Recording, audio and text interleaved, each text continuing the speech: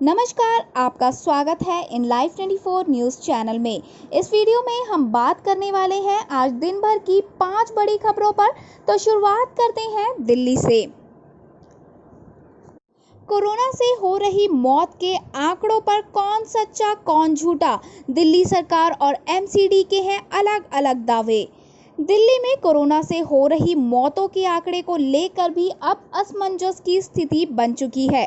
दिल्ली सरकार के आधिकारिक आंकड़ों के मुताबिक 10 जून तक दिल्ली में 984 लोगों की कोरोना संक्रमण के चलते मौत हुई थी।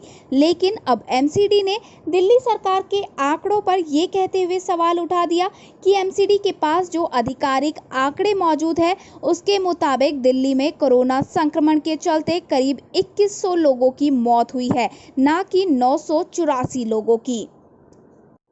वहीं तीनों नगर निगमों की तरफ से आधिकारिक तौर पर आंकड़ा जारी करते हुए कहा गया कि फिलहाल तीनों नगर निगमों के पास जो आंकड़ा है वो दिखाता है कि देश की राजधानी दिल्ली में अब तक कोरोना संक्रमण की वजह से कुल 2098 मौतें हो चुकी है। एमसीडी द्वारा जारी किए गए आंकड़ों के मुताबिक ये जितनी भी मौतें हुई है ये सभी कोरोना के पॉजिटिव केसेस वाले लोगों की थी। हालांकि इसके अलावा कई ऐसे मामले भी सामने आए हैं जिसमें मृतक को कोरोना संदिग्ध बताते हुए अंतिम संस्कार हुआ है। बीजेपी शासित एमसीडी के मेयर और स्टैंडिंग कमेटी के चेयरमैन के अनुसार 2098 मौतों का आंकड़ा अस्पताल द्वारा दी गई जानकारी के आधार पर ही तैयार किया गया है। वहीं नगर निगमों के आंकड़ों के मुताबिक अब तक दक्षिणी दिल्ली नगर निगम के तहत कोरोना संक्रमण की वजह से 1080 मौतें हुई हैं, तो वहीं उत्तरी दिल्ली नगर निगम के आंकड़ों के मुताबिक अब तक 976 मौतें हो चुकी हैं। इस तरह से पूर्वी दिल्ली नगर निगम के आंकड़ों के मुताबिक 42 मौतें रिकॉर्ड में दर्ज हैं और अगर तीनों नगर निगमों के आंकड़े जुड़ जाते हैं तो यह आंकड़ा 2098 का आता है। और ये वही आंकड़े हैं जिसको आधार बनाकर शवों का अंतिम संस्कार किया गया है। इसके साथ ही एमसीडी द्वारा जारी किए गए आंकड़े दिल्ली सरकार के आंकड़ों से कहीं ज़्यादा है, यहाँ तक कि दुगने से भी ज़्यादा है। यानी कुल मिलाकर दिल्ली में कोरोना संक्रमण की वजह से हो रही मौतों को लेकर भी अब सियासत और आरोप प्रत्यारोप का सिलसिला शुरू हो गया है, जबकि दिल्ली की जनता यही चाहती है कि कोरोना महामारी के इस दौर में सियासत से दूर रहकर जनता की सुध लेते हुए उनकी दिक्कतों को दूर किया जाए। चलिए अब बढ़ते हैं अपनी अगली खबर की तरफ।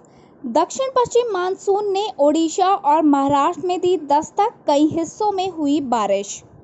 दक्षिण पश्चिम मानसून आधिकारिक तौर पर बृहस्पतिवार को ओडिशा पहुंच गया, जिससे राज्य के कई हिस्सों में बारिश हुई।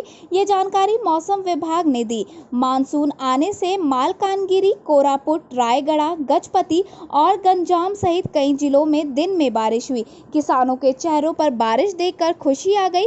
इसके साथ ही महाराष्ट्र में भी मानसून ने दस्तक दे दी है। मौसम विभाग केंद्र भुवनेश्वर के निदेशक HR विश्वास ने कहा, दक्षिण पश्चिम मानसून ने ओडिशा में दस्तक दे दी है। मानसून अब तक राज्य के कई दक्षिणी जिलों में छा गया है। विश्वास ने कहा कि दक्षिण पश्चिम मानसून के आगे बढ़ने में पूर्व मध्य बंगाल की खाड़ी में बने कम दबाव के क्षेत्र से काफी हद तक मदद मिल रही है।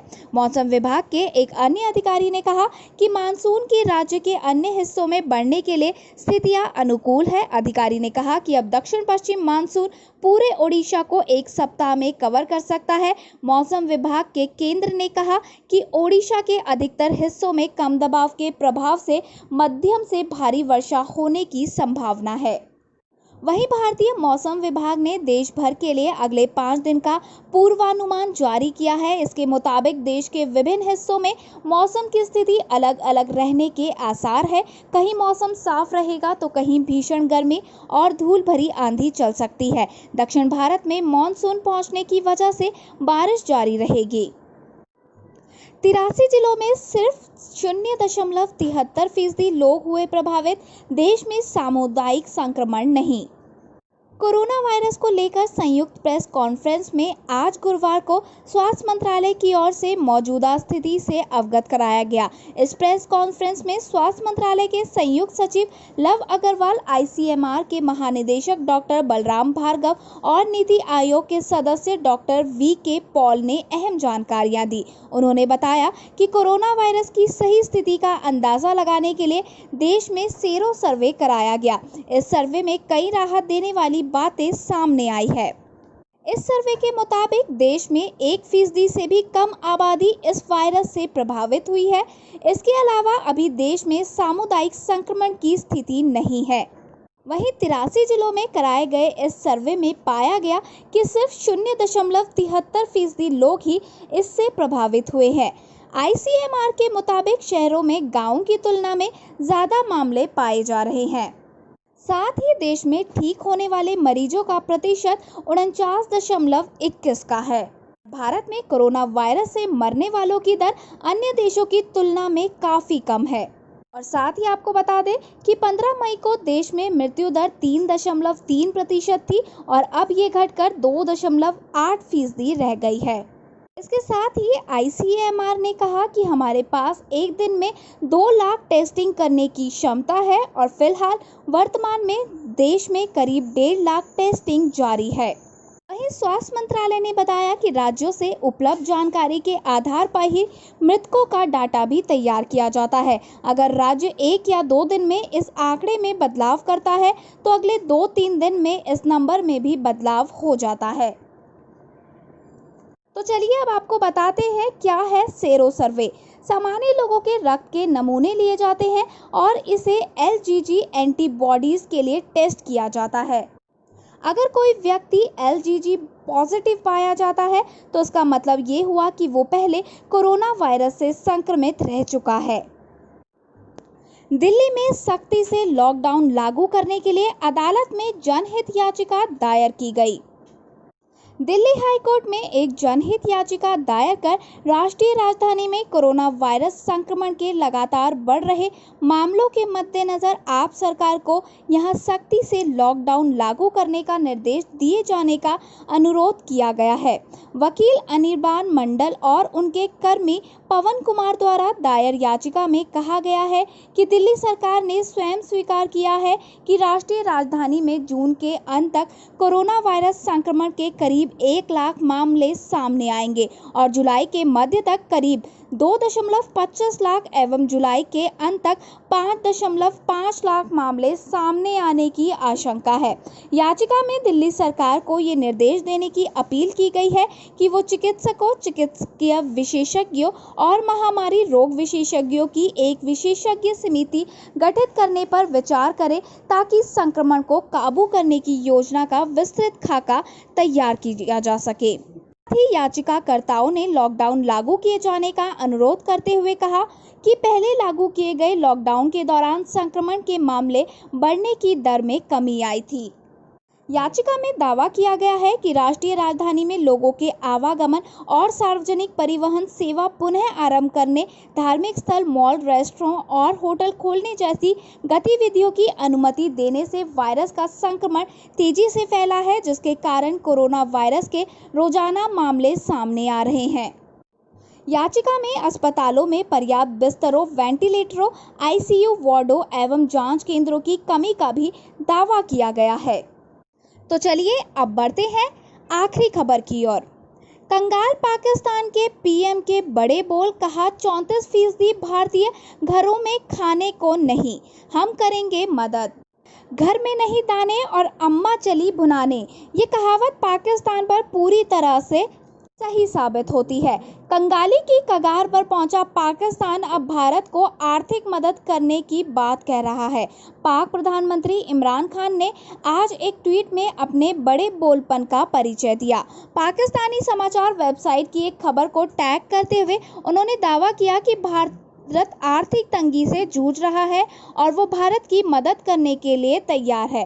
इमरान ने खबर को टैग करते हुए कहा कि इस समाचार के मुताबिक भारत में 34% परिवार बिना किसी मदद के एक हफ्ते से ज़्यादा नहीं रह पाएंगे। मैं उनकी मदद करने के लिए तैयार हूं और अपने सफल कैश ट्रांसफ़र कार्यक्रम को उनसे साझा करना चाहता हूं।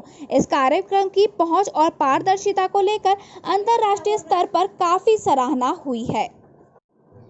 मैं उनकी मदद के लिए तैयार हूं और अपने सफल कैश ट्रांसफ़र कार्यक्रम को उनसे साझा कर सकता हूं। इस कार्यक्रम की पहुंच और पारदर्शिता को लेकर अंतर्राष्ट्रीय स्तर पर काफ़ी सराहना हुई है। उन्होंने आगे कहा कि हमारी सरकार ने सफलतापूर्वक 9 हफ्तों में 120 अरब रुपए ट्रांसफ़र किए हैं। ये पैसा 1 करोड़ परिवारों के पास पूरी पारदर्शिता से पहुंचा है ताकि वे कोरोना से पैदा हुई मुश्किल स्थिति से उबर सके। इमरान खान ऐसे समय में ये बड़े बोल रहे हैं जब कोरोना की वजह से पूरी दुनिया के सामने पाक की कंगाल स्थिति उजागर हो गई। इमरान खुद इस बात को स्वीकार कर चुके हैं कि उनका देश ज़्यादा समय तक लॉकडाउन झेलने की स्थिति में नहीं है। पाकिस्तान में बिगड़ते हालात को लेकर वहां का सुप्रीम कोर्ट भी इमरान को फटकार लगा चुका है। अदालत ने कड़े शब्दों में लॉकडाउन का कड़ाई से पालन करवाने का निर्देश दिया था। पाकिस्तान में कोरोना वायरस को लेकर हालात लगातार बेकाबू हो रहे हैं। अब तक 1.25 लाख लोग इस वायरस की चपेट में भी आ चुके हैं और 2500 के करीब लोगों की मौत हो चुकी है। वहीं पाकिस्तान के इस बड़बोलेपन पर भारत ने करारा जवाब दिया है। विदेश मंत्रालय के अनुराग श्रीवास्तव ने कहा कि अच्छा होगा कि पाकिस्तान ये याद रखे कि उनकी जीडीपी का 90% हिस्सा कर्ज से जूझ रहा है। जहां तक भारत का सवाल है तो उनकी जीडीपी से ज़्यादा बड़ा तो कोरोना काल में घोषित हमारा आर्थिक राहत पैकेज ही है।